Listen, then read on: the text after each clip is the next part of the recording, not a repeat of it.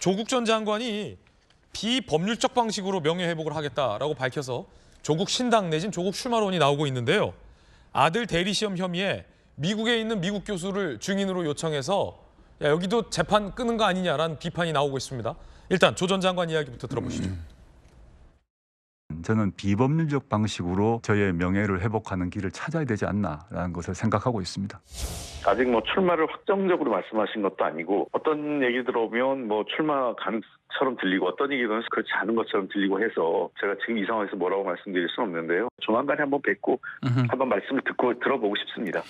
조국 전 장관의 개인적 발언이나 언론의 보도 통해서 나오는 내용들을 저희가 정확하게 아직 확인한 것도 아니고 그거를 어떻게 당에서 언급하거나 하는 것은 아직은 좀 부적절해 보입니다. 그런데 이 아들 대리시험 혐의에 증인을 요청했는데요. 그 증인이 하면 딱 나와야 되는데 그 증인이 미국에 있는 대학 교수입니다. 내년 초 한국 법정 출석해 증언 의사를 밝혔다라며 증인 채택을 요청했습니다. 검찰은 아니 공판기일이 다음 달 18일인데 내년 초 재판 지연이다 반발하고 있습니다. 김광선 변호사님, 예. 시간 끌기입니까 아닙니까? 제가 볼 때는 시간 끌기죠. 끌기다. 일단 18일 날 재판이 있잖아요. 예. 만약에 정말 그 교수를 증인을 세우려고 하면 1심에는 왜 안 했습니까? 왜 항소심에도 첫 재판 때 하지 않았어요?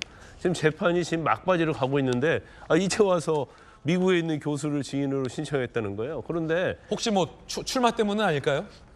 근데 저런 것들이 사실은 이제 비법률적으로 명예회복을 하겠다고 그랬잖아요. 그 우리가 해석할 수 있는 것은 총선에 출마하겠다는 거고, 더군다나 문재인 대통령 전 대통령 사죄 방문해서 사인을 하고 북콘서트하고 막 돌아다니고 있잖아요. 결국 총선 출마하겠다는 얘기죠. 그래서 저는 설마 했어요. 왜냐하면 부인이 징역 4년 받았고 자기도 실형 2년 받았잖아요.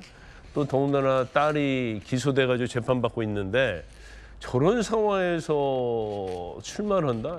이건 멘탈이 정말 갑 중에 갑이라고 저는 이렇게 보거든요. 그래서 왜 이 교수를 증인 신청하려면 빨리 안 했느냐는 생각이 들고, 그다음에 재판부에 뭐라고 하냐면 그 증인이 내년 초에는 한국에 와서 증인할 수 있다고 합니다.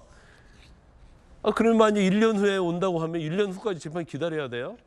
그렇지 않죠. 우리가 그 재판에 있어서 형사도 마찬가지고 민사도 마찬가지인데 실기한 방어 방법이라는 게 있어요. 그러니까 증인을 신청하고 증거를 낼 때는 타임이 중요해요. 근데 재판 딱 심리 다 했는데 그때 냈다고 하면 이제까지 뭐 했느냐. 그 방어권은 인정하지 않거든요. 그런데 지금 저런 식으로 하고, 그러니까 재판부에서 그런 얘기를 했어요. 그러면 영상이나 아니면 의견을 정리해서 내라. 그러니까 그것도 한 2달 걸린다는 거예요. 무조건 2달 걸린다는 거죠. 그것은 이 항소심 사건이 무죄가 나오기 어렵다고 판단을 한 거고, 결과적으로 총선 이후에 재판 지연을 시켜서 총선에 출마하려고 하는 게 아니냐, 그런 의구심을 충분히 가질 수 있죠. 이재명 대표 똑같아요. 재판을 무조건 끌어서 총선 뒤로 가려고 하는 의도, 굉장히 두 사람의 공통점이 있습니다. 이에 대해서 그 중간 책으로 그 진술서를 그냥 받는 방법, 사실 그거면 재판에서 충분히 조국 장관 측도 원하는 바를 이룰 수 있기 때문에 시간 끌지 않고 진술서로 서면으로 받으면 된다라는 얘기도 나오고 있습니다. 김종민 의원님, 조국 전 장관 출마에 대해서 어떻게 보십니까? 출마해도 된다고 보세요? 아니면 출마하면 안 된다고 보세요?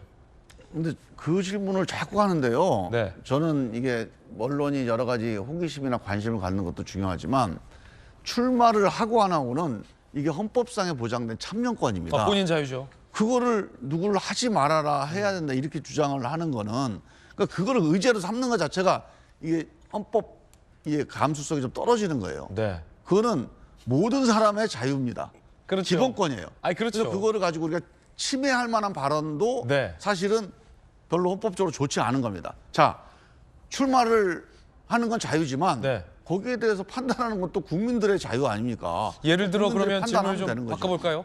민주당 후보로 네. 출마하는 것이 바람직하다고 보십니까? 저는 민주당에서 지금 당적이 민주당 당적이 아니잖아요. 네. 그 민주당으로 출마할 가능성은 거의 없을 것 같아요. 거의 없다. 예. 그렇다면 신당. 근데 만약에 이제 출마를 모르겠어요. 출마를 할지 안 할지도 모르니까 뭐 무소속으로 할지 아니면 뭐 신당으로 할지 신당을 만들어서 할지 아니면 어디 뭐 누가 만든 신당으로 같이 할지 모든 게 다 미지수니까.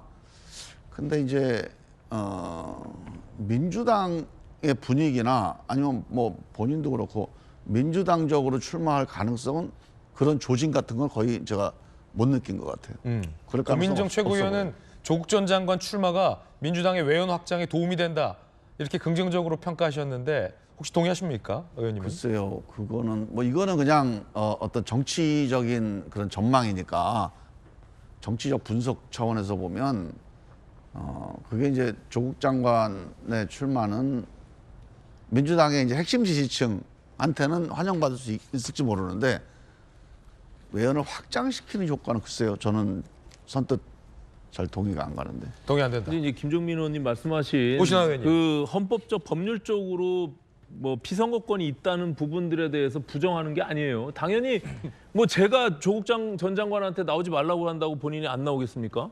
그거는 이미 뭐 본인의 판단은 당연히 할 수가 있는 것인데 정치적인 해석으로 우리가 사실 민주당의 입장에서는 조국의 강을 건넜다라고 그렇게 주장해온 상황에서 더군다나 지금 우리 김광삼 변호사님 말씀하신 대로 부인이 저렇게 징역을 살다 지금 가석방으로 나와 있고 딸도 지금 기소돼서 지금 재판을 치르고 있고 본인도 지금 실형을 받았고 이런 상황에서 사실 국민적 동의하기가 굉장히 어려운 것을 자기가 명예회복하겠다고 총선에 나온다? 저는 굉장히 좀 이게 아이러니한 부분들이고요. 민주당의 입장에서도 전혀 도움이 안 되겠죠. 예. 왜냐하면 지금은 뭐 프레임 자체를 지금 윤 정권에 대한 견제 심판론으로 지금 가고 있는 과정에서 다시 거꾸로 역사를 되돌려서 그 불공정의 상징으로 정권을 잃게 되는 문재인 정부 과거로 회귀하는 듯한 이런 프레임이 짜지는 거에 대해서 사실 우려가 있는 거예요. 민주당 내부에서는. 그렇기 때문에 자꾸 민주당 내부에서도 저거에 대한 부정적인 평가들이 나오는 거고 저희로 봐서도 저는 뭐 정치적인 유불리를 떠나서 이거는 조국 전 장관이 나오면 안 되는 선거예요. 왜냐하면 아까 말씀드린 이 국민적인 극대한 분노를 일으켰던 조국 그 사태 이후에 본인이 이 개인적인 뭐 비법률적 명예회복 그것을 총선으로 회복한다는 것은 저는 동의하기가 좀 어렵습니다. 그래서 예. 저는 뭐 여전히 좀 조국 전 장관이 스스로 사법부의 판단을 부정하는 행동이거든요. 비법률적이라는 것도 저는 말이 성립이 안 되는 것이 자기가 사법적 판단을 저렇게 받은 것을 나는 동의하기가 어렵다. 그렇기 때문에 오히려 국민들께 총선 나가서 나는 선택을 받겠다라고 하는 말이기 때문에 사법부의 그 재판 판결을 부정하는 저런 행위로 비춰져서 저는 동의하기가 좀 어렵습니다. 예. 두 분 여야 의원 말씀 들어봤습니다.